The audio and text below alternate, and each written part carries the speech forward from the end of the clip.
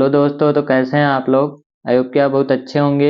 आपका बहुत बहुत स्वागत है हमारे यूट्यूब चैनल इंजीनियरिंग एक्सप्रेस पे। उम्मीद करता हूँ आप सब अच्छे होंगे, खुश होंगे, मस्त होंगे और पढ़ाई कर रहे होंगे। आज के वीडियो में हम देखने वाले हैं material science and energy balance.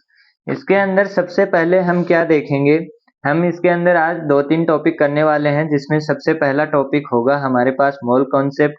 इसके बाद हम क्या करेंगे, बैलेंसिंग करेंगे यूनिट्स की, यानी कि कन्वर्जन करेंगे और बैलेंसिंग करेंगे। उसके बाद हम ह्यूमिडिटी के बारे में पढ़ेंगे। तो ये चीज़ें आज के वीडियो में हम करने वाले हैं। तो अपनी कमर कस के हो जाइए तैयार, क्योंकि वीडियो होने वाली है बड़ी और अच्छे अच्छे क्वेश्चन आज हम करने वाले हैं। तो चलिए करते हैं बिना देरी के साथ वीडियो की शुरुआत। सबसे पहले हमारे पास आता है मोल कॉन्सेप्ट। मोल कॉन्सेप्ट वैसे आपने 11th में पढ़ा होता है, वही मोल कॉन्सेप्ट है, ज़्यादा कुछ नया फंडा यहाँ पे है नहीं। तो सबसे पहले मोल कॉन्सेप्ट में हम पढ़ते हैं, क्या पढ़ते हैं मोल कॉन्सेप्ट से, ये आपको समझ में आ रहा है कि यहाँ पे किसी मोल वोल की बातें होंगी। और मोल हम कैसे निकालते, किसी भी सब्सटेंस के मोल कैसे निकालते थे, हम निकालते थे उसका वेट, जो वेट हमको दिया हुआ रहता था, और उसका मॉलिक्यूलर वेट। अपॉन में हम उसका क्या लिखते थे, मॉलिक्यूलर वेट लिखते थे, और हम एन, मोल को एन से डिनोट करते थे। ये चीजें हम बहुत बार किए, मोल निकाले थे, मोल बहुत बार निकाले थे, कभी रिएक्शन में निकाले थे, कभी अलग से निकाले थे। तो वही चीजें यहाँ पे दोबारा हैं। तो सबसे पहले हमारे पास आता है मोल fraction of component. Mole fraction of component क्या होता है, मोल फ्रैक्शन का फ्रैक्शन से समझ में आ रहा है कि हमको क्या करना है, हमारे पास फ्रैक्शन होगा। और फ्रैक्शन कैसे निकलेगा, मोल ऑफ कंपोनेंट, यानी कि जो भी कंपोनेंट होगा, जैसे ए कंपोनेंट है उसके मोल अपॉन टोटल मोल, वो हमारा क्या हो जाएगा, मोल फ्रैक्शन ऑफ कंपोनेंट। आई बात समझ। अब हम देखते हैं gram mole of component. Gram mole of component क्या होते हैं, mass in gram of component upon molecular weight of component. यानी कि इस बार हमको क्या लेना है, मास लेना है in gram of component and molecular weight of component. फिर आता है हमारे पास ग्राम एटम ऑफ कंपोनेंट, तो वो क्या हो जाएगा, mass in gram of component and atomic mass of component. ये फॉर्मूले आप सबको आते हैं। वेट फ्रैक्शन क्या हो जाएगा, wait of component upon total weight. Volume fraction क्या हो जाएगा, volume of component upon total weight. और मोलरिटी क्या हो जाती है, मोलरिटी होती है हमारी ग्राम मोल अपॉन लीटर सॉल्यूशन। और मोलरिटी ये आपको ध्यान रखना है, यहाँ पे केजी में होगा और सॉल्वेंट होगा, यहाँ पे सॉल्यूशन नहीं होगा, यहाँ पे क्या होगा, सॉल्वेंट होगा। तो आपको सॉल्वेंट और सॉल्यूशन यहाँ पे अलग अलग करना होगा। कई बार हम क्या करते हैं, केजी सॉल्यूशन ही लिख के आ जाते हैं, तो वो चीज गलत हो जाएगी। यहाँ पे आपको केजी भी लिखना होगा और सॉल्वेंट लिखना होगा। यहाँ पे आपका सॉल्यूशन किस में होगा, लीटर में होगा। मीटर क्यूब में दिया रहता है, कई बार उसको आप किस में चेंज करेंगे, लीटर में चेंज करेंगे। और यहाँ पे भी आपके पास क्या होगा, लीटर होगा। अब देखो इसको क्वेश्चन से देखते हैं। सबसे पहले हमारे पास दिया हुआ है in aqueous solution contain 40% Na2CO3 by wait express composition in mole percent. अब सबसे पहली दिक्कत क्या आती है, इन ऐसे क्वेश्चनों में कहीं दिक्कत नहीं आती। ऐसे क्वेश्चनों में दिक्कत कहाँ आती है हमको, कि हम बेसिस क्या माने, बेसिस हमको नहीं पता लगता है। सबसे बड़ी दिक्कत होती है कि हमको बेसिस नहीं पता लगता है कि वो कैसे माना जाए। तो यहाँ पे जब आप क्वेश्चन पढ़ेंगे, an aqueous solution contains 40% Na2CO3 by wait, यानी कि यहाँ पे क्या लिखा हुआ है, 40% Na2CO3 है और किसका है, बाई वेट। अब आपको क्या समझ में आना चाहिए कि बाई वेट लिखा हुआ है, इसका मतलब कि जो बेसिस होगा वो हमारा वेट में ही होना चाहिए। वो ऐसे नहीं कि 100 ml मान लिया, 100 लीटर मान लिया, वो चीजें आपकी यहाँ पे नहीं होनी चाहिए। आपका सीधा सिंपल फंडा क्या होना चाहिए कि वेट है तो हमारा बेसिस किस में होगा, वेट में होगा। तो मैंने सिंपल क्या मान लिया कि हमारा 100 ग्राम क्या था, वेट था, यानी कि टोटल ग्राम जो भी था, हमारा टोटल वेट जो भी था वो कितना था, 100 ग्राम था। ये मेरा क्या हो गया, बेसिस हो गया। ये हमारा क्या हो गया, बेसिस हो गया, है ना। अब क्या होगा, अब क्या बोला है, यानी कि जो टोटल सॉल्यूशन है उसका 40% Na2CO3 है। अब सिंपल इसका 40% निकालेंगे तो 40 ग्राम आ जाएगा, कौन आ जाएगा, Na2CO3 आ जाएगा। और बच गया कितना, 60 ग्राम। 60 ग्राम कौन बच गया, H2O बच गया। तो हमको क्या निकालना है, express composition in mole percent. अब हमको मोल परसेंट निकालने। अब बच्चों वाला खेल है। Na2CO3 का आप निकालेंगे क्या, मॉलिक्यूलर वेट। Na2CO3 का निकालेंगे मॉलिक्यूलर वेट, तो कितना होता है, Na का कितना होता है 23 इंटू 2 लगे हैं तो 2, प्लस C कितना होता है, C का होता है 12 है, O का होता है 16 और 3 लगे हैं तो 3, तो ये कितना हो जाएगा टोटल 106। इतना ही होगा, इतना ही होगा, क्योंकि ये हुआ 46, ये हुआ 12 है, ये हुआ 48, तो ये हुआ 106। आ गई बात समझ में। और H2O का कितना हो जाएगा मॉलिक्यूलर वेट 18। ठीक है, अब आप क्या करेंगे, आपको क्या पूछा है, मोल परसेंट पूछा है। मोल परसेंट पूछा है तो आप दोनों के मोल निकालेंगे। अब मोल निकालेंगे किसके, Na2CO3 के। और मोल कैसे निकलते हैं, हमको वेट दिया है, वेट अपॉन इसका मॉलिक्यूलर वेट। वेट कितना है 40 ग्राम और इसका मॉलिक्यूलर वेट, तो यानी कि ये हो गया 40/106। और NH2O कितना हो गया, NH2 हो गया 60/18। तो ये कितना निकला, ये दोनों अगर आप निकालेंगे कैलसी की मदद से तो आपके पास वैल्यू आएगी, आपके पास क्या वैल्यू आएगी 40/106, तो ये हो जाएगा कुछ 0.377। आप 3 डिजिट तक लेंगे ताकि आपकी वैल्यू क्या आए, एक्यूरेट आए। और ये हो जाएगा आपके पास 3.333। अब इसका आप मोल परसेंट निकालेंगे। मोल परसेंट कैसे निकलता है, किसी भी चीज का परसेंट कैसे निकलता है, उसकी value upon total value. Simple समझिए, उसकी वैल्यू अपॉन टोटल वैल्यू और इंटू 100। किसी भी चीज का परसेंटेज ऐसे निकलता है, यहाँ पे मोल परसेंटेज है तो क्या होगा, Na यानी कि Na2CO3 के mole upon total mole into क्या हो जाएगा 100 हो जाएगा। तो हमारे पास यहाँ पे क्या आएगा, यहाँ पे आएगा 0.377 इंटू 100 डिवाइड बाई 3.333 प्लस 0.377, तो ये वैल्यू आ जाएगी कितनी 10%, 10.16%। और बच गया क्या, बच गया किसका परसेंट, H2O का परसेंट, मोल परसेंट बच गया।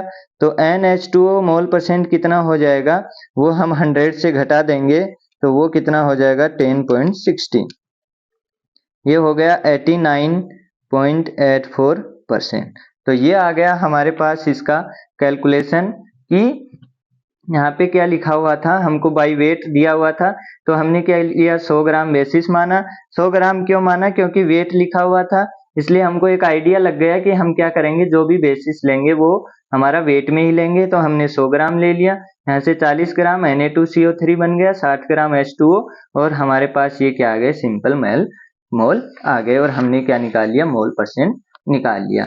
अब जो क्वेश्चन करेंगे वो अच्छा क्वेश्चन है, तो इसको ध्यान से देखिए।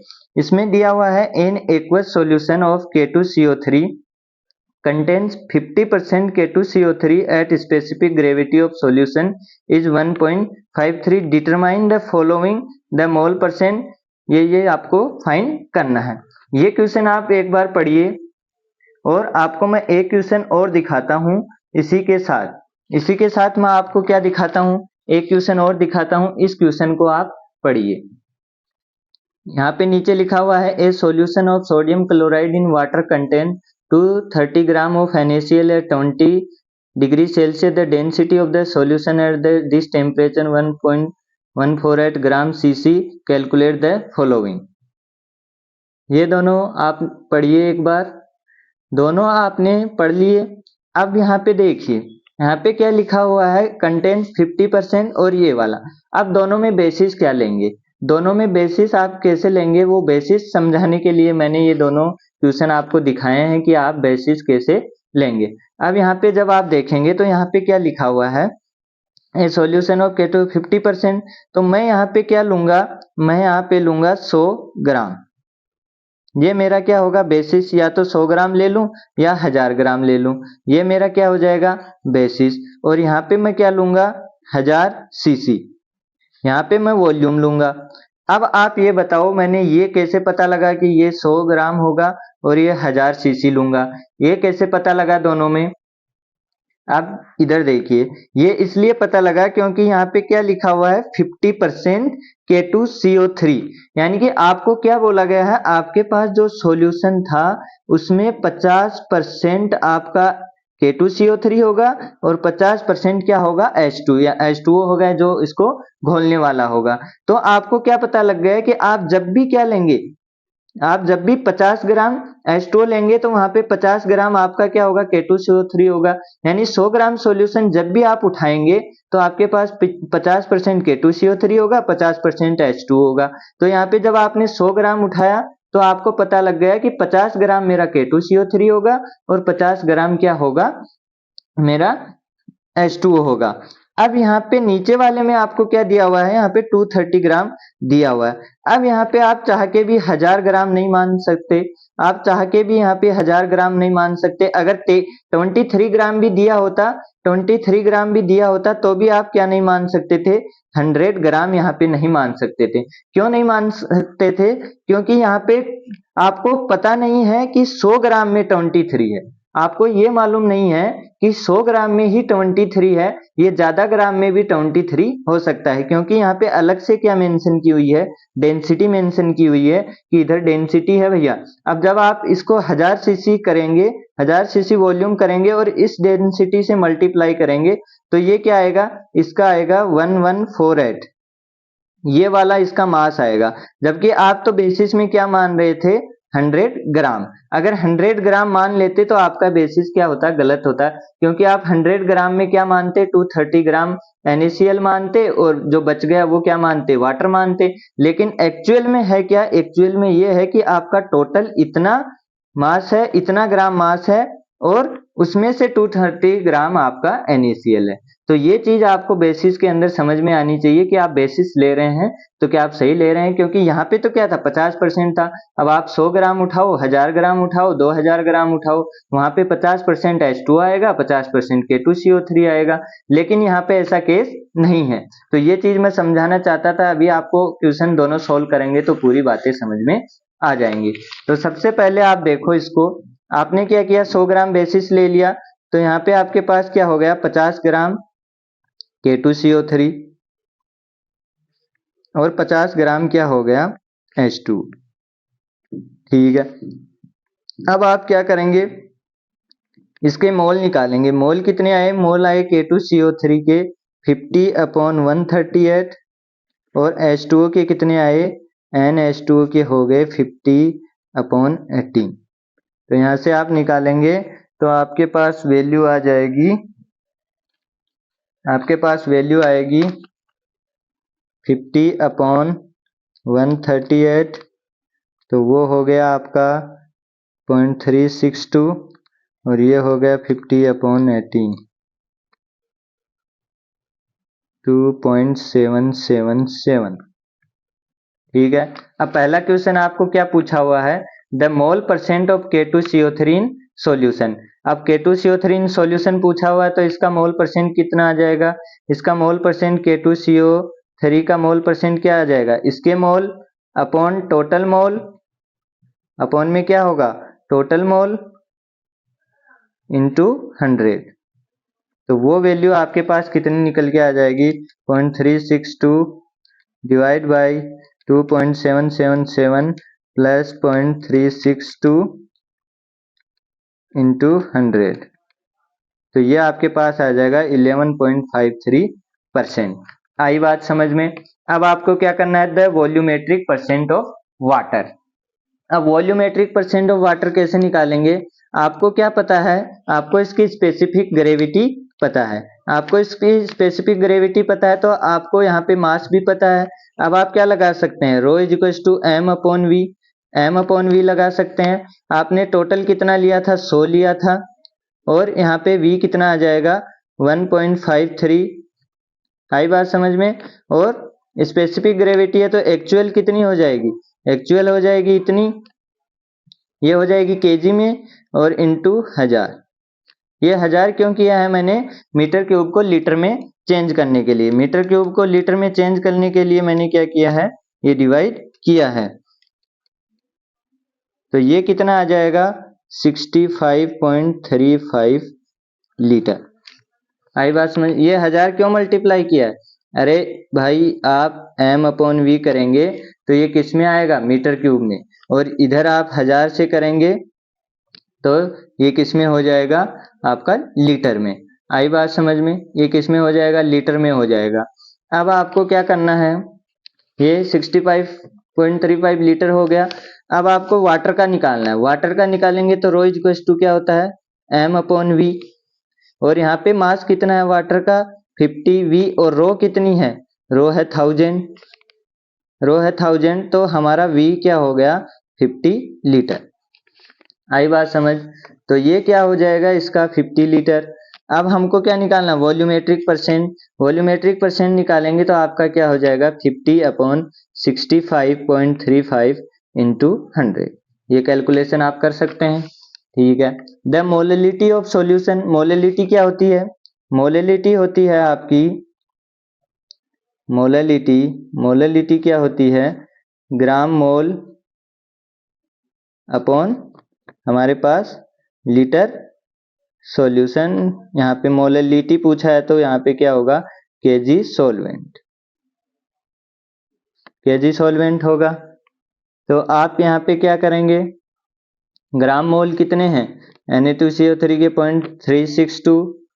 और केजी सॉल्वेंट कितना है? 50। अगर केजी में नहीं हमने ग्राम में लिया है तो आप क्या करेंगे? 0.050। 1000 से डिवाइड करेंगे तो ये क्या आ गया आपके पास? मोलरिटी। मोलरिटी निकालेंगे तो मोलरिटी कैसे निकालेंगे? मोलरिटी आपकी क्या हो जाएगी? ग्राम मोल अपॉन लीटर सॉल्यूशन। तो यहाँ पे ग्राम मोल कितना है? ग्राम मोल आपके थे 0.362 और लीटर सॉल्यूशन आपका 65.35 लीटर। तो ये लीटर में ही था तो ये हो गया आपके पास लीटर सॉल्यूशन।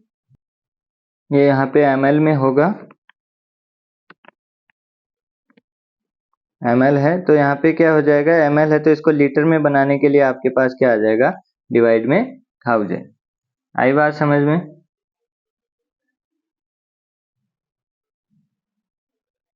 तो ये क्या बन जाएगा? 0.065 लीटर। तो ये हो गया हमारे पास क्या? ये ml में आएगा क्योंकि हमने यहाँ पे क्या लिया है? ग्राम में लिया। ग्राम में लिया तो ये ml में होगा, लीटर में नहीं होगा। हमारे पास किस में होगा? ml में होगा। अब देखिए दूसरा क्वेश्चन। दूसरा क्वेश्चन जो हमने क्या लिया था? यहाँ पे वॉल्यूम लिया था। इसके अंदर आप क्या करेंगे? यहाँ पे आपको कैसे पता लगा था कि 230 ग्राम है? तो हमको ये फिक्स नहीं है कि ये 1000 ग्राम में ही 230 ग्राम है, इसलिए हम 1000 ग्राम बेसिस नहीं ले सकते। इसलिए आपको क्या लेना पड़ेगा? बेसिस क्या लेना पड़ेगा? 1000 सीसी ले लो या फिर 1000 ml ले लो। यहाँ पे सीसी में दी हुई है तो हम क्या ले लेंगे? सीसी में ले लेंगे। आई बात समझ में? अब आपको क्या निकालना है? अब आपको निकालना है टोटल वेट। तो टोटल वेट इसका कितना आ गया? 1148 ग्राम। 1148 ग्राम आ गया। तो आपके पास आपने क्या लिया था? 1000 सीसी लिया था। यहाँ पे 1448 ग्राम आपके पास आ गया। अब आपको क्या करना है? वाटर का वेट निकालना है। तो वाटर कितना बच गया? यहाँ पे वाटर बच गया टोटल 1148 था माइनस 230 था तो ये कितना बचा? 8 बचा यहाँ पे। और ये 991 ग्राम ये बचा। ये आपके पास कौन बचा? वाटर बचा। ठीक है। अब चीजें आ गई सारी। Composition in wait percent. Composition निकालना है वेट परसेंट में तो आपने क्या किया? 230 अपॉन टोटल कितना था? 1148 इंटू 100। ये किसका वेट परसेंट निकल गया? ये वेट परसेंट निकल गया NaCl का। उसके बाद वेट परसेंट आपके पास H2O का निकालना है तो वो कितना निकल जाएगा? 1918 अपॉन 1148 इंटू 100। तो ये वैल्यू आप निकाल सकते हैं। ये वैल्यू मैं नहीं करके दिखाऊंगा, ये आप निकाल सकते हैं।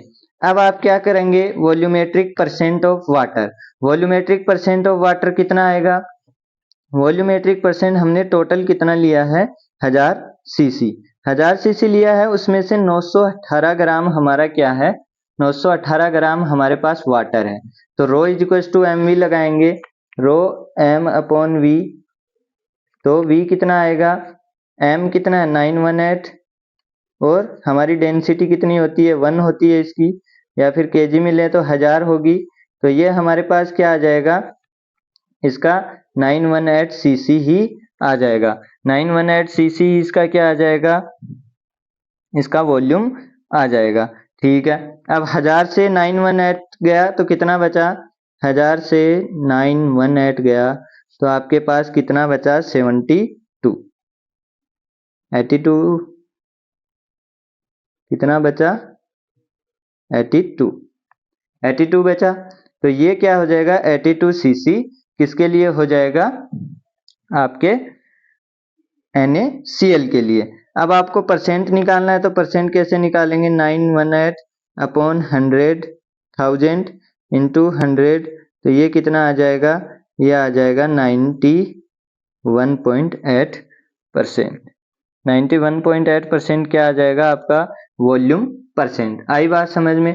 ये आपको पता होनी चाहिए, ये आपको क्या होनी चाहिए, पता होनी चाहिए कि डेंसिटी कितनी होती है, स्पेसिफिक डेंसिटी कितनी होती है वाटर की, 1 होती है। स्पेसिफिक डेंसिटी कितनी होती है, 1 होती है। और केजी में लेंगे, केजी पर मीटर क्यूब, तो वो कितनी होती है, 1000 होती है। इसलिए यहाँ पे हमको सीसी में चाहिए थी, इधर भी ग्राम था और इधर क्या था, सीसी था, इसलिए हमारी एक हमने काम में ले ली, क्योंकि 1000 से 1000 हमारा क्या हो जाएगा, कैंसिल हो जाएगा।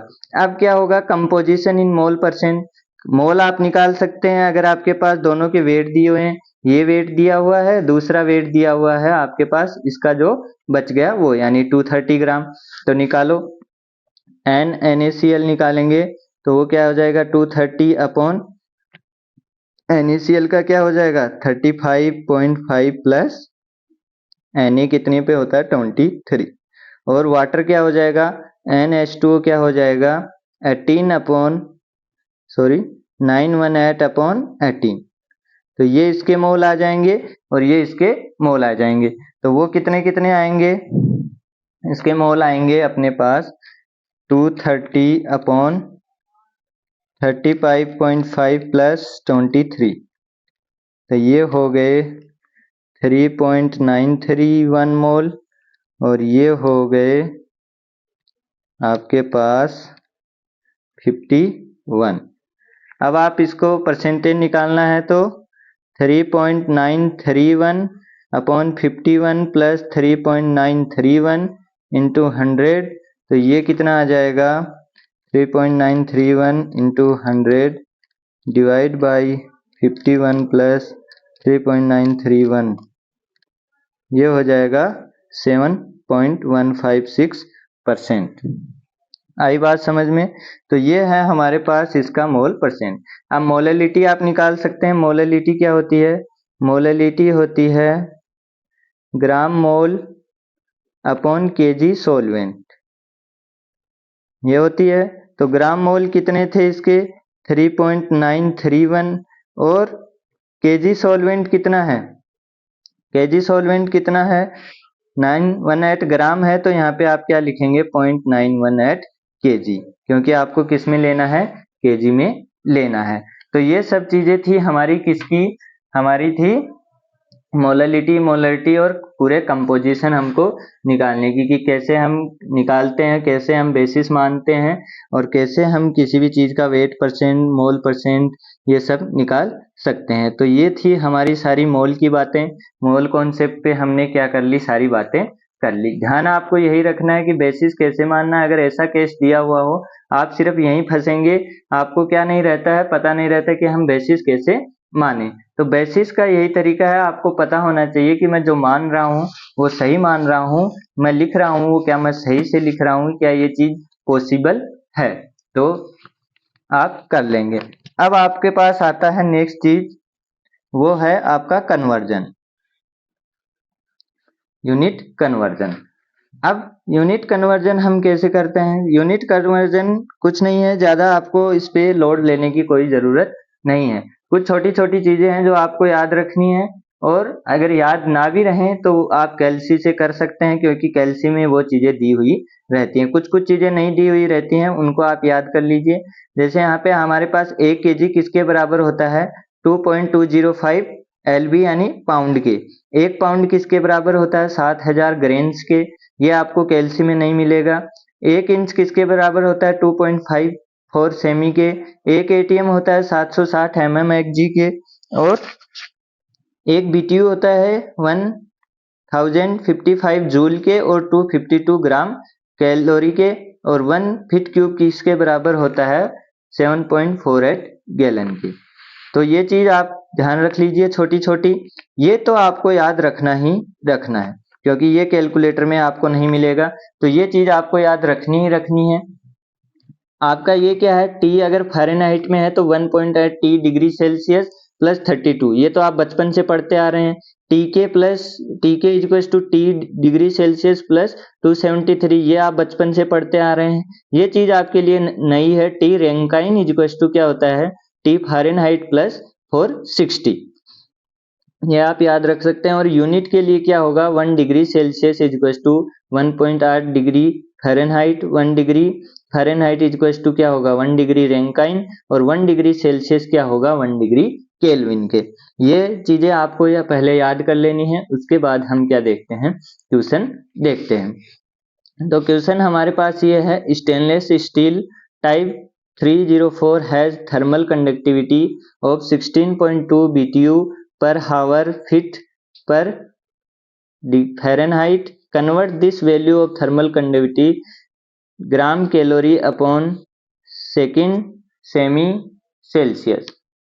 ठीक है, अब आपको क्या करना है, इसको इसमें कन्वर्ट करना है। सिंपल कन्वर्जन है, कुछ ज्यादा नया है नहीं इसके अंदर। 16.2 BTU अपॉन हावर हिट, और यहाँ पे डिग्री फ़ारेनहाइट को आपको चेंज करना है किसमें, gram calorie second cm degree Celsius में।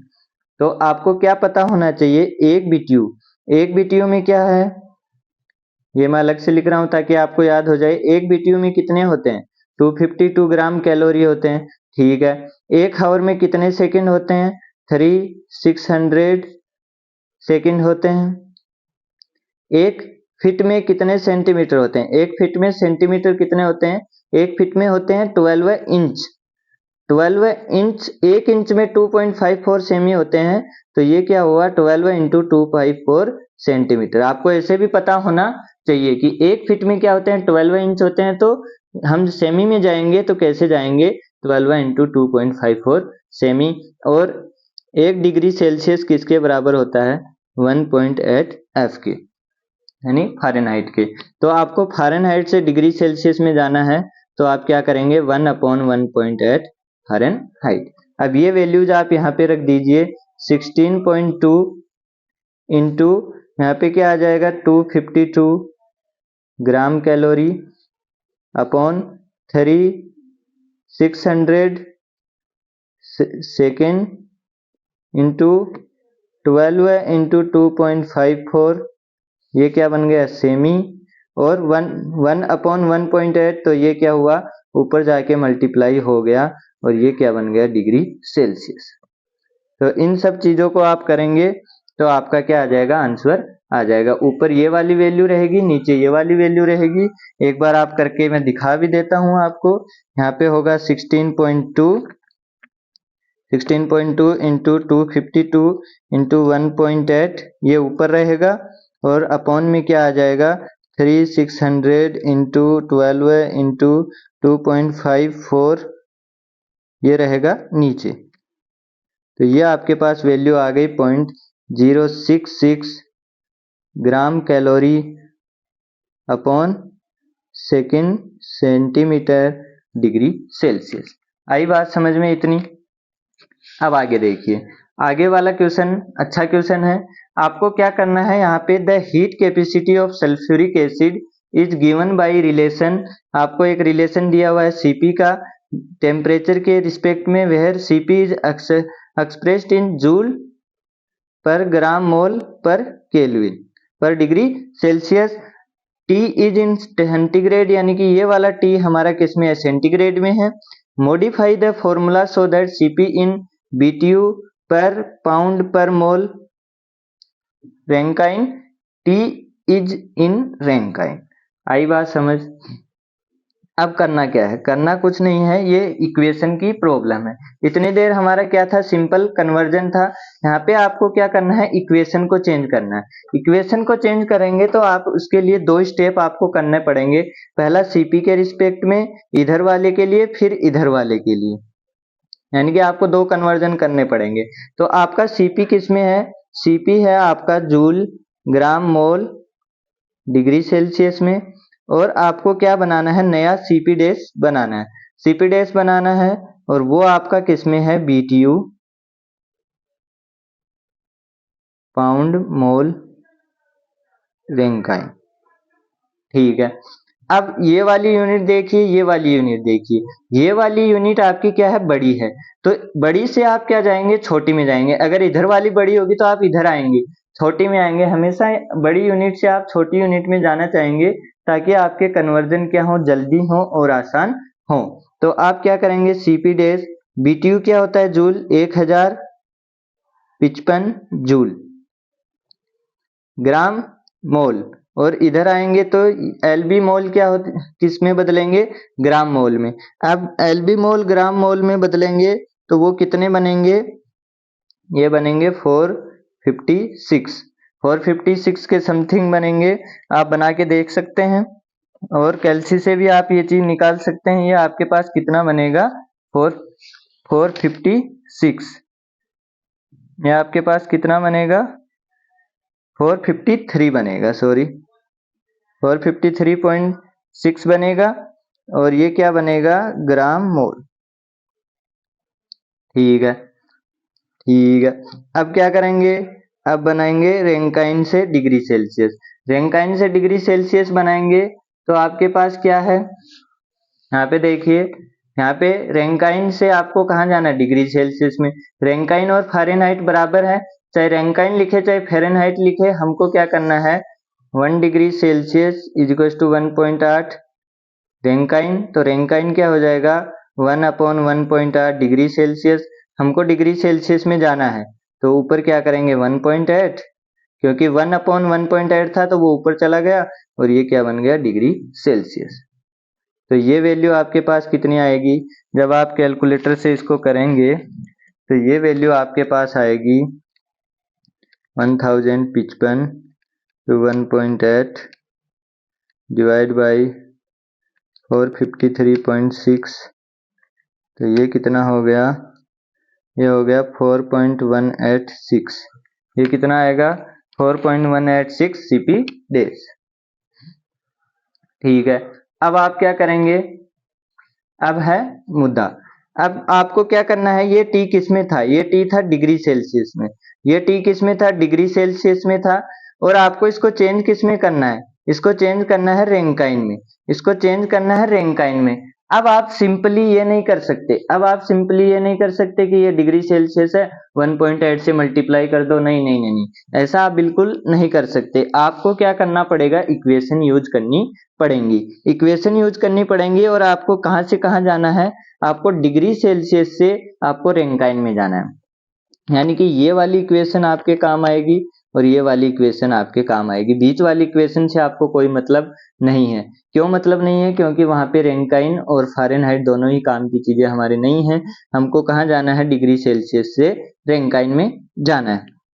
अब रैंकाइन में जाना है तो हमको यहाँ पे टीएफ, यानी कि टीएफ की, टी फ़ारेनहाइट की वैल्यू चेंज करनी पड़ेगी। टी फ़ारेनहाइट की वैल्यू हमारे पास यहाँ पे लिखी हुई है, टी फ़ारेनहाइट की वैल्यू लिखी हुई है, तो यहाँ पे हम क्या रख देंगे, टी फ़ारेनहाइट की वैल्यू रख देंगे। तो हमारे पास क्या आ जाएगा, टी आर, टी आर क्या आ जाएगा, टी आर है टी एफ प्लस 460, और टी एफ है 1.8 टी सी प्लस 32।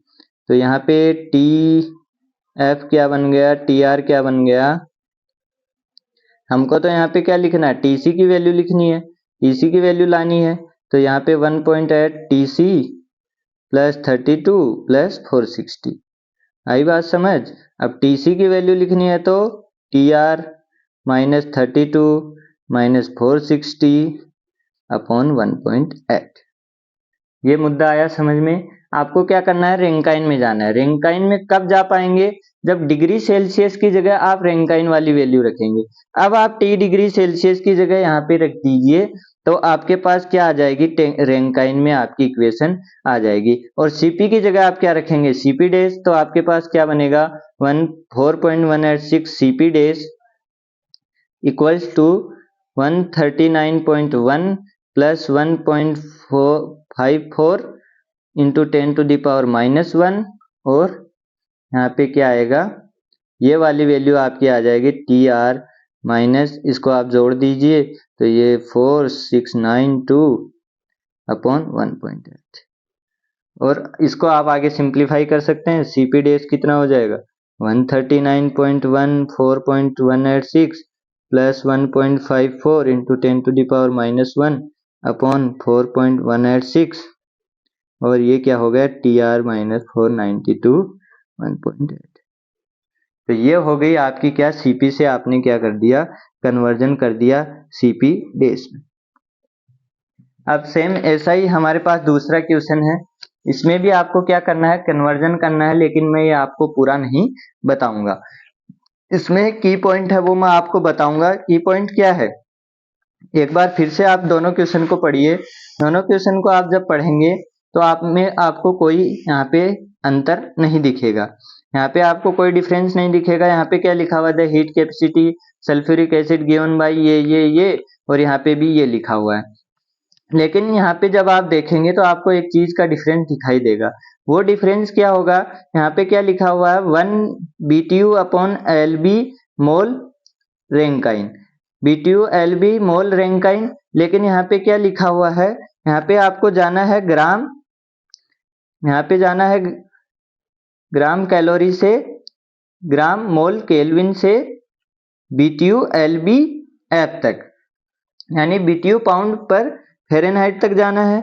अब इस और इस चीज में डिफरेंस क्या आया, यहाँ पे क्या है, LB मोल है, आप कहाँ से आए, ग्राम मोल से आए LB मोल में, या फिर LB मोल से जाएंगे कहाँ पे, ग्राम मोल में। लेकिन यहाँ पे नीचे क्या है, ग्राम मोल है, और यहाँ पे क्या है, सिर्फ LB है, यहाँ पे सिर्फ LB है। तो जब आप क्या करेंगे, जब आपने ये वाला कन्वर्जन किया, ये वाला कन्वर्जन किया, तो यहाँ पे आपने सीधा क्या लिखा, 453.6, आपने क्या लिखा 453.6। लेकिन इस वाले क्वेश्चन में आप क्या करेंगे, इस वाले क्वेश्चन में आप डिवाइड में 4 भी करेंगे। मैं आपको दिखा देता हूं, ये क्या होगा, सीपी आपका हो गया gram calorie upon gram mole Kelvin is equal to क्या हो जाएगा, CP dash BTU upon LB Fahrenheit.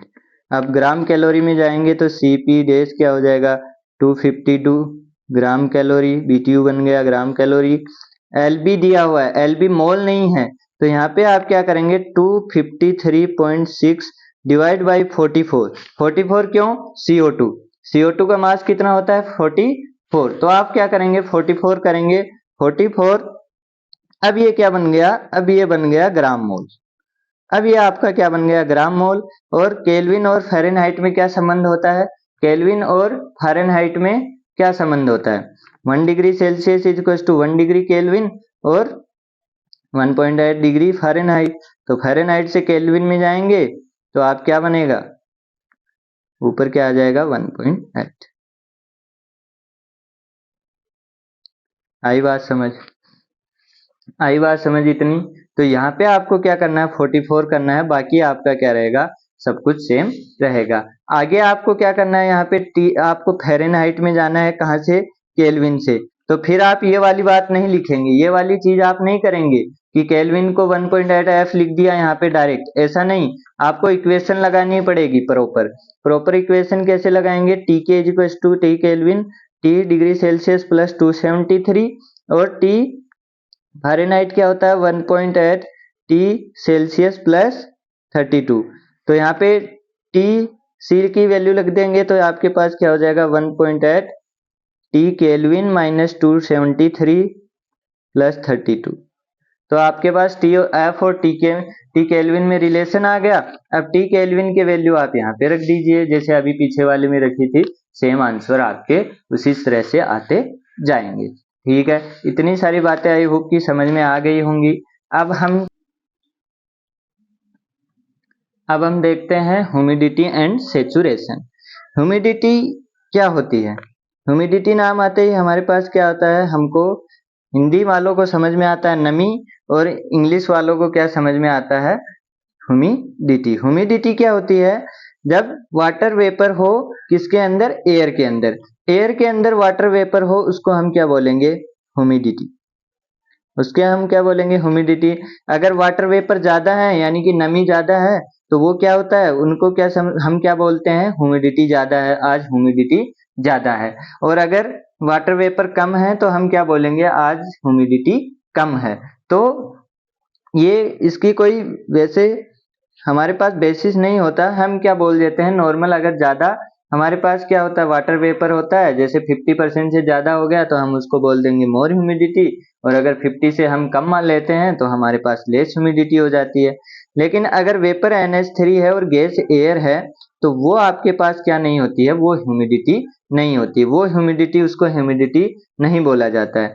Water vapour है और गैस क्या है, N2 है, तो भी आप क्या नहीं बोलेंगे, इसको ह्यूमिडिटी नहीं बोलेंगे। ह्यूमिडिटी सिर्फ आप एक ही केस में बोलेंगे, आपका वेपर होना चाहिए वाटर का वेपर और गैस होनी चाहिए एयर, तभी आपकी क्या होगी, ह्यूमिडिटी होगी। आई बात समझ में?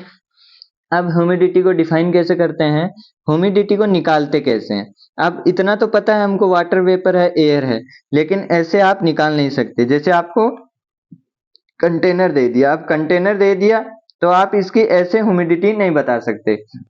इसके लिए आपको क्या पता होना चाहिए, कंटेनर का प्रेशर पता होना चाहिए, और जो गैसें हैं उसके अंदर उनका पार्शियल प्रेशर पता होना चाहिए। तो the humidity is the mass of vapour carried by a unit mass of vapour free gas. यानी कि गैस क्या हो, एकदम सूखी गैस हो जिसके अंदर एक भी वाटर वेपर नहीं हो, उसके द्वारा जितना वाटर वेपर कंटेन किया गया है उसको हम क्या बोलेंगे, ह्यूमिडिटी बोलेंगे।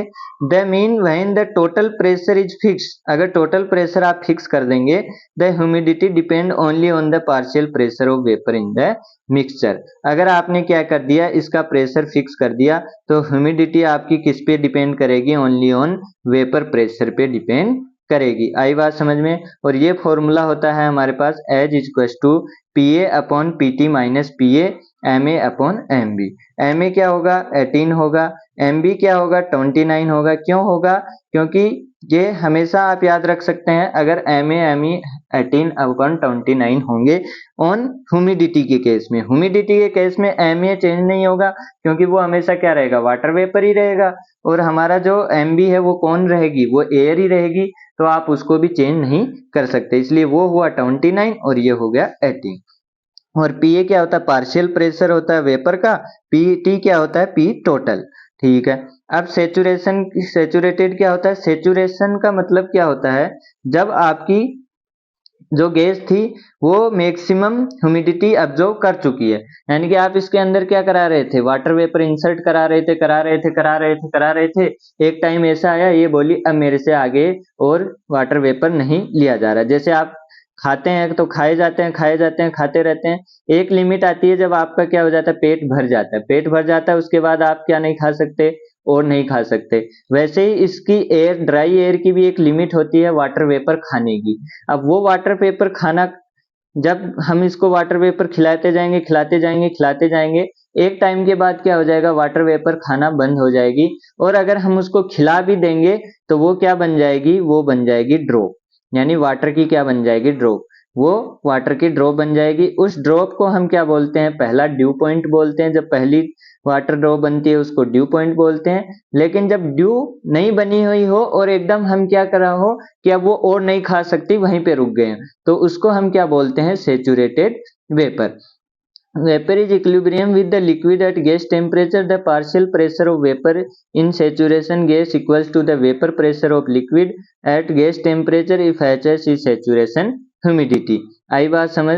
तो इसको हम क्या डिनोट करते हैं, PA star upon 1 minus PA star into 18 upon 29। ये 18 अपॉन 29 वहीं से आया है MA अपॉन MB से। ठीक है। रिलेटिव ह्यूमिडिटी क्या होगी, relative humidity is defined as the ratio of the partial pressure of the vapour pressure of liquid to the gas temperature. यानी कि ये इसके पार्शियल ह्यूमन, ये हमारा ह्यूमिडिटी के टाइम पार्शियल प्रेशर और सेचुरेशन की ह्यूमिडिटी के टाइम पार्शियल प्रेशर, उसको हम क्या बोलते हैं, रिलेटिव ह्यूमिडिटी। और ज्यादातर हम इनको परसेंटेज में शो करते हैं, इसलिए हम क्या करेंगे, इनटू 100। बाकी आप इसको इतना भी लिख सकते हैं, PA upon PA star.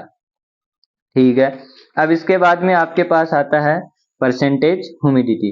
Percentage humidity क्या होती है, humidity is the ratio of actual humidity H to the saturation humidity. HS is the gas temperature also expressed on percentage basis. अब इसको आप कैसे लिखते हैं, HP H upon HS into 100। ये बड़ा ही काम की चीज है, इसको याद रख लो। HP इज इक्वल टू क्या होता है, या तो आपको सभी रखने हैं लेकिन ये थोड़ा ज्यादा ध्यान दे लो। HP इज इक्वल टू क्या होता है, H अपॉन HS इंटू 100। और आप इसको इससे भी लिख सकते हैं, H relative 1 minus PA star upon 1 minus PA। अब ह्यूमिड हीट क्या होती है, ह्यूमिड हीट CS इज, इसको CS से क्या करते हैं, रिप्रेजेंट करते हैं, is the heat energy necessary to increase the temperature of 1 gram ले लो या 1 pound of gas whatever vapour it may contain. यानी कि हमारे पास क्या है, 1 पाउंड या फिर आप 1 ग्राम गैस ले लो, 1 ग्राम गैस ले लो, और उसने कितना भी वाटर वेपर कंटेंट कर रखा है उससे आपको कोई मतलब नहीं है, लेकिन आपको इसका टेम्परेचर क्या बढ़ाना है, 1 डिग्री सेल्सियस से बढ़ाना है या फिर 1 डिग्री फ़ारेनहाइट से बढ़ाना है। तो जो आपको हीट चाहिए होगी वो क्या होगी, ह्यूमिड हीट। तो इसको आप कैसे रिप्रेजेंट करेंगे, CS इक्वल टू क्या होगा, 1.005 प्लस 1.884 इंटू H। ये क्या है, H क्या है, ह्यूमिडिटी, और ये किस में आएगा, किलो जूल पर केजी ड्राई एयर। अगर आपको यहाँ पे यूनिट चेंज में पूछा है तो आपको जैसे अभी हमने किया है वैसे यूनिट कन्वर्जन करके आपको इक्वेशन को चेंज करना पड़ेगा और फिर आपको आंसर देना पड़ेगा। तो ये क्या हो जाएगा, ये स्टैंडर्ड कंडीशन है किलो जूल पर केजी ड्राई एयर, तो ये क्या हो जाएगी 1.005 प्लस 1.884 H। ह्यूमिड वॉल्यूम क्या होगा, humid volume VH is the total volume of unit mass of vapour free gas plus whatever vapour it may contain at 1 atm and gas temperature. और उसको आप कैसे लिखेंगे, 22.4 इंटू टी क्या है, temperature है, upon 273, 1 upon MB plus H upon MA, और ये क्या है, मीटर क्यूब पर केजी ड्राई एयर गैस। तो आई बात समझ में। यहाँ पे H क्या है, यहाँ पे H हमारी ह्यूमिडिटी है, MB हमारा क्या है 29 है, और MA हमारा क्या हो जाएगा, ओरो की तरह 18 हो जाएगा। अब इसके ऊपर क्वेश्चन देखते हैं। अब हम करते हैं पहला क्वेश्चन। पहला क्वेश्चन हमारे पास है, in air water vapour sample has dry temperature 55 degree Celsius and relative humidity 25% at atmospheric pressure. आई बात समझ में। और हमको H, HS, CS, VH निकालना है, यानी ह्यूमिडिटी निकालनी है, सेचुरेशन ह्यूमिडिटी निकालनी है, ह्यूमिड हीट निकालनी है और ह्यूमिड वॉल्यूम निकालना है। तो सबसे पहले आपके पास क्या दिया हुआ है, आपको दिखा यहाँ पे क्या दिया हुआ है, रिलेटिव ह्यूमिडिटी 25%। तो आपने क्या लगाया, ह्यूमिड रिलेटिव का फॉर्मूला लगाया, और वो आपको पता है PA अपॉन PA स्टार, ये चीज आपके पास होती है, और परसेंट में है तो इंटू 100। तो PA अपॉन PA स्टार आपके पास क्या हो गया, PA अपॉन PA स्टार हो गया 0.25। 100 डिवाइड में गया तो क्या हुआ 0.25। अब आपके पास ना P है ना PA स्टार है, तो आप P और PA स्टार कहाँ से लाएंगे, यहाँ पे एक डाटा और गिवन है। क्या डाटा गिवन है, HS गिवन है। आपको दिख रहा है क्या HS आपको दिख रहा है क्या, HS क्या होता है, PA star P total minus PA star into 18/29। अब आपको HS नहीं दिख रहा है, HS दिख रहा है क्योंकि आप HS कहाँ से निकालेंगे, आप HS निकालेंगे ग्राफ से। अब मैं पहले आपको ग्राफ बता देता हूँ, कौन सा ग्राफ कब देखना है। ग्राफ तब देखना है, ये वाला ग्राफ आप तब देखेंगे जब आपको पाउंड पर पाउंड दिया हो, यानी कि यहाँ पे क्या दिया हुआ है, LB वाटर वेपर पर LB ड्राई एयर। ये वाला ग्राफ आप कब देखेंगे, जब आपको क्या दिया हो, पर केजी वाटर वेपर पर केजी ड्राई एयर। और ये वाला ग्राफ आप कब देखेंगे, जब आपको क्या निकालनी हो, एंथैल्पी निकालनी हो। आई बात समझ में। ये वाला ग्राफ और ये वाला ग्राफ दोनों सिमिलर दिखाई देते हैं, लेकिन यहाँ पे क्या होगा, यहाँ पे एक एक्स्ट्रा लाइनें हैं, वो है एंथैल्पी की, यहाँ पे वो लाइनें नहीं है। ठीक है, तो ये वाली चीज भी आप देख सकते हैं, लेकिन ज्यादा अच्छा इससे रहेगा। अब आपको क्या दिया हुआ है, 55 डिग्री सेल्सियस पे आपका क्या हो रहा है, सेचुरेशन हो रहा है। आपका क्या हो रहा है, सेचुरेशन हो रहा है। तो सेचुरेशन का मतलब क्या होगा, आप सेचुरेशन निकालेंगे 55 पे, आप क्या निकालेंगे, सेचुरेशन निकालेंगे। सेचुरेशन का मतलब होता है जहाँ पे 100% ह्यूमिडिटी हो जाती है, ये मैंने बताया अभी। 100% ह्यूमिडिटी हो जाती है उसको, उसके बाद आप क्या नहीं कर सकते, और ह्यूमिडिटी उसकी नहीं बढ़ा सकते, तो वो क्या हो जाएगी, 100% ह्यूमिडिटी। तो जब आपने 55 चुना, यहाँ पे हमारा क्या था 55।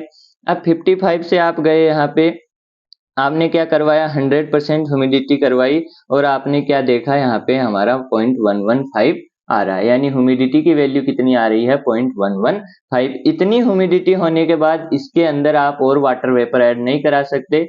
अगर आपको मान लीजिए यहाँ पे 60 डिग्री होता तो आप 60 डिग्री पे यहाँ पे जाते और फिर यहाँ पे जाते। अब 40 डिग्री होता है तो यहाँ पे आप जाते और यहाँ पे आप जाते। अब आप एक चीज समझिए, जितना टेम्परेचर ज्यादा होगा उतनी एयर क्या होगी, ज्यादा गर्म होगी। जितनी ज्यादा गर्म होगी उतनी ही वो क्या कर सकती है, ह्यूमिडिटी अब्जॉर्ब कर सकती है। इसलिए ज्यादा बड़ा टेम्परेचर होगा तो उसकी ह्यूमिडिटी भी ज्यादा, और अगर कम टेम्परेचर होगा जैसे 30-40 है तो यहाँ पे ह्यूमिडिटी भी क्या होगी, कम होगी सेचुरेशन की। आई बात समझ में। तो यहाँ से आपने क्या निकाल लिया, एच निकाल लिया। एच कितना आया, 0.115। और एच निकलते ही आपके पास क्या आ गया, आपके पास आ गया यहाँ पे एक एटीएम है तो पी टोटल 1 लिख लिया, इंटू 13/29। अब कर लो इसको, 0.115 इंटू 29/18, और 1 माइनस पी ए स्टार, और ये क्या बन गया, पी ए स्टार। आई बात समझ में। तो यहाँ से जब आप करेंगे तो आपके पास पी ए स्टार की वैल्यू कितनी आएगी, 0.156। आई बात समझ में। अब वो वैल्यू आप यहाँ पे रखेंगे पी ए, और इक्वल टू 0.25 इंटू 0.156। तो वो वैल्यू आपके पास कितनी आ जाएगी, वो वैल्यू आपकी आ जाएगी 0.25 इंटू 0.156। तो ये हो जाएगी 0.039। एक बार इसको भी आप करके देख लीजिए, 0.115 इंटू 29/80। तो ये वैल्यू आई ये वैल्यू कितनी आएगी, 0.156। आई बात समझ में। अब आपको क्या करना है, आपने दो चीजें निकाल ली, पी ए निकाल लिया, पी ए स्टार निकाल लिया। तो एच आपके पास आ जाएगा, एच आ जाएगा कैसे, P A upon P total minus P A into 18/29 से। ये आपके पास एच आ जाएगा। यहाँ से आप वैल्यू उठा के यहाँ पे पी ए की रख देंगे तो आपके पास क्या आ जाएगा, एच आ जाएगा। एच एस आपके पास आ ही गया है। सी एस आप कैसे निकालेंगे, सी एस निकालेंगे 1.005 प्लस 1.884 इंटू एच। एच यानी कि एच आप यहाँ पे क्या रखेंगे, जो एच यहाँ से निकलेगा वो एच आप यहाँ पे रख देंगे। और आपके पास वी एच पूछा है तो वो कितना हो जाएगा, 22.4 इंटू टेम्परेचर आप केल्विन में लेंगे अपॉन 273 इंटू 1/29 प्लस H/18। और H यहाँ पे आप H वाला H रख देंगे और T क्या हो जाएगा, केल्विन में हो जाएगा। तो ये था हमारा क्वेश्चन। लॉजिक, आप लॉजिक समझिए, कैलकुलेशन आप कर सकते हैं, लेकिन लॉजिक क्या था, लॉजिक ये था कि आपको ग्राफ से क्या देखना आना चाहिए, H.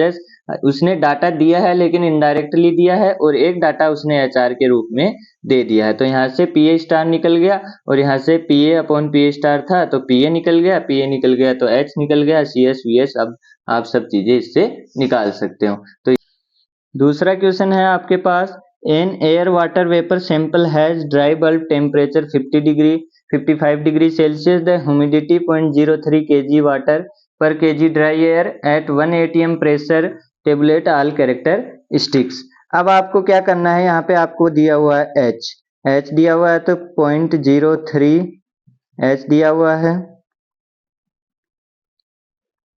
kg dry air, humidity दी हुई है। तो एच से आप क्या निकाल सकते हैं, P A upon 1 minus P A into 18/29। 1 क्यों लिखा है, यहाँ पे पी टोटल होगा, 1 लिखा है, पी एटीएम दिया हुआ है। तो एच कितनी दी हुई है, 0.03, 1 माइनस पी ए, और यहाँ पे क्या बन गया 29/18, और ये बन गया पी ए। तो पी ए आप निकाल सकते हैं आराम से। पीए कितना हुआ 29 इंटू 0.03 अपॉन 18 और ये हुआ 0.0483 इज इक्वल्स टू 1 प्लस 0.0483 पीए और पीए क्या आ जाएगा डिवाइड बाई 1.0483 तो ये वैल्यू हो गई 0.0461। ठीक है, इतनी बात आई समझ में। अब आपको क्या निकालना है PA star. H S is equal to PA star 1 minus PA star, ये होता है, ये होता है। अब ना पीए है स्टार है ना एच एस है, एच एस कैसे निकालेंगे, आपको ड्राई बल्ब टेम्परेचर दिया हुआ है, फिर आप क्या करेंगे इसी का यूज करेंगे, इसी का यूज करेंगे तो आप क्या देखेंगे 55 पे जाएंगे, आपको वही वैल्यू मिल जाएगी जो अभी हमने बताई थी, वही वैल्यू मिल जाएगी। अगर मान लो 60 डिग्री दिया होता तो यहाँ पे आप क्या जाते 60 पे जाते और फिर आप यहाँ पे आप इसको मैच करवाते। अगर आपको 30 दिया होता तो 30 पे आप जाते और फिर आप इसको यहाँ पे मैच करवाते। ऐसा आपको मैच करवाना है, जितना डिग्री आपको ड्राई बल्ब टेम्परेचर दिया है उस पे आपको क्या करवाना है परसेंटेज ह्यूमिडिटी शो करवानी है, क्योंकि सेचुरेशन के टाइम आपकी ह्यूमिडिटी कितनी होगी 100%। जब आप 100% वाले कर्व पे जाएंगे तो जो कर्व की लाइन इसको काट रही होगी वही क्या होगी आपकी एच एस होगी। तो यहाँ पे एच एस आपका क्या आ जाएगा 0.115 और पीए स्टार आप यहाँ से निकाल सकते हैं, पीए स्टार आप यहाँ से आराम से निकाल सकते हैं। ठीक है, रिलेटिव आप निकाल सकते हैं PA upon PA star into 100, PA upon PA star निकाल सकते हैं, यहाँ पे निकालो 0.115 into 29 upon 18 1 minus PA star is equal to PA PA star. अब आप निकालेंगे तो यहाँ पे क्या आ जाएगा, ये कैलकुलेशन 0.115 इंटू 29 डिवाइड बाई 18 और ये हो गई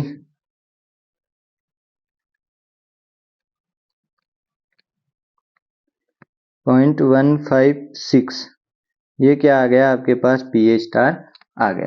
ठीक है, अब आप एच आर निकाल सकते हैं रिलेटिव पीए अपॉन पीए स्टार, तो ये आपने निकाला तो 0.4061 अपॉन 0.156 और 100 से मल्टीप्लाई कर देंगे तो वो किस में आ जाएगा परसेंट में आ जाएगा। और यहाँ से आप ह्यूमिड वॉल्यूम भी निकाल सकते हैं, तो वो कितना हो जाएगा 22.4 इंटू टी कितना हो जाएगा, टी हो जाएगा वही 273 plus 55 upon T 273 1 upon 29 plus H upon 18 और एच की वैल्यू आपके पास आ गई। और यहाँ से आप और चीजें भी निकाल सकते हैं। अब हम देखते हैं अगला क्वेश्चन,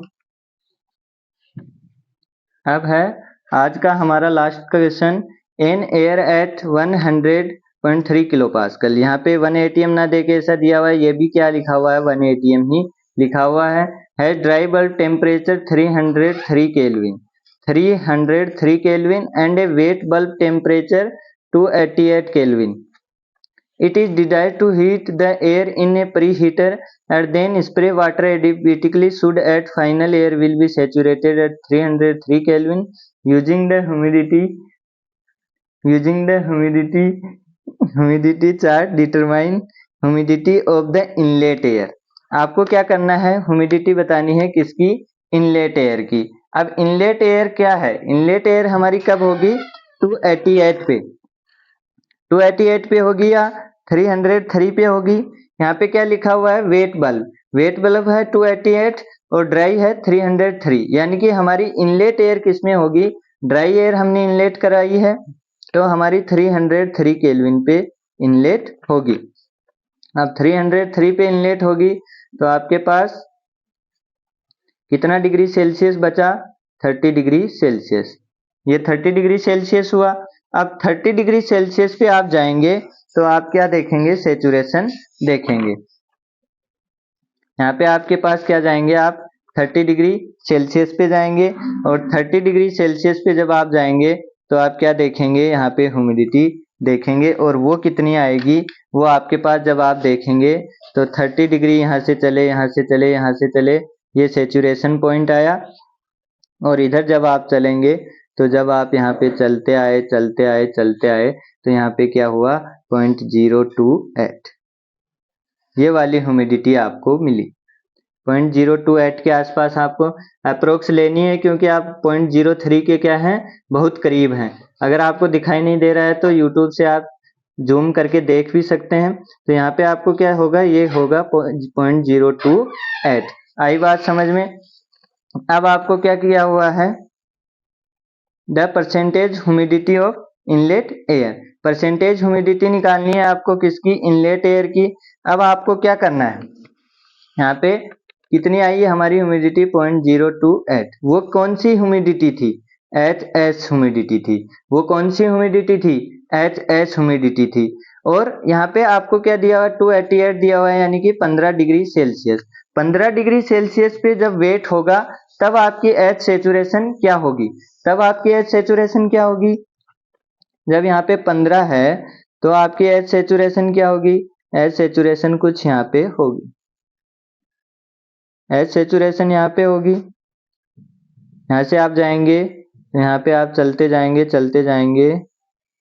तो ये कुछ यहाँ पे हो जाएगी 0.015, यही होगी मेरे हिसाब से, तो यही होनी चाहिए। ये क्या होगी यहाँ पे, ठीक है, यहाँ पे आप इसको इतना मान सकते हैं, आप इसको इतना मान सकते हैं। तो ये क्या हो जाएगी 0.015, ठीक है, ये आपकी क्या हो जाएगी, HS हो जाएगी। The percentage humidity of inlet air, percentage निकालना है। The temperature to which the air to be heated in the preheater, the heat to be supplied per kg of dry air. अब परसेंटेज निकालना है तो आप क्या निकाल सकते हैं, इसके रिस्पेक्ट में निकालेंगे, इसके रिस्पेक्ट में निकालेंगे। और आपको क्या निकालना है, the temperature at which the air to be heated in the preheater. अब जहाँ पे आपको हीटर प्री हीट करके देगा, वो चीज आप कैसे निकालेंगे, वो चीज आप ऐसे निकालेंगे, आप क्या देखेंगे कि यहाँ पे जब आप गए तो आपको एक ब्लैक लाइन ऐसे दिखाई दे रही है, आपको एक लाइन ऐसे दिखाई दे रही है, ठीक है। और जब यहाँ पे 30 डिग्री पे गए तो आपको एक लाइन ऐसे दिखाई दे रही है, ये लाइन दिखाई दे रही है। जब इस लाइन को इसने यहाँ पे काटा, इस लाइन को आप यहाँ पे आगे बढ़ाएंगे, यहाँ पे आगे बढ़ाएंगे तो आप देखेंगे कि ये इस वाली लाइन को कहाँ पे काट रहा है। ये वाला पॉइंट आप क्या लेंगे, ये आप क्या देखेंगे, 50 पे आप गए, वेट बल्ब पे आप गए, आप ड्राई बल्ब पे गए, ठीक है, वेट बल्ब पे गए, ड्राई बल्ब पे गए, किस पे गए, वेट बल्ब पे भी गए आप और ड्राई बल्ब पे भी गए, ठीक है, इतना समझ में आता है हमको। उसके बाद क्या हुआ, उसके बाद हुआ ये वाला लाइन नीचे आया इधर, आप देखिए यहाँ से ये वाला लाइन क्या आ रहा है, नीचे आ रहा है इधर, और ये वाला लाइन यहाँ पे नीचे आ रहा है इधर, ठीक है। अब इस वाली लाइन ने इसको कहाँ पे काटा है, यहाँ पे काटा है, यहाँ पे काटा है, तो आप इसको क्या कराएंगे, इस पैरेलल लाइन लाएंगे, और वो लाइन यहाँ पे कहाँ पे काटेगी, इस लाइन को वो काट रही है यहाँ पे, यहाँ पे काट रही है, मतलब मैं अप्रोक्स ले सकता हूँ 85 डिग्री सेल्सियस। आई बात समझ में।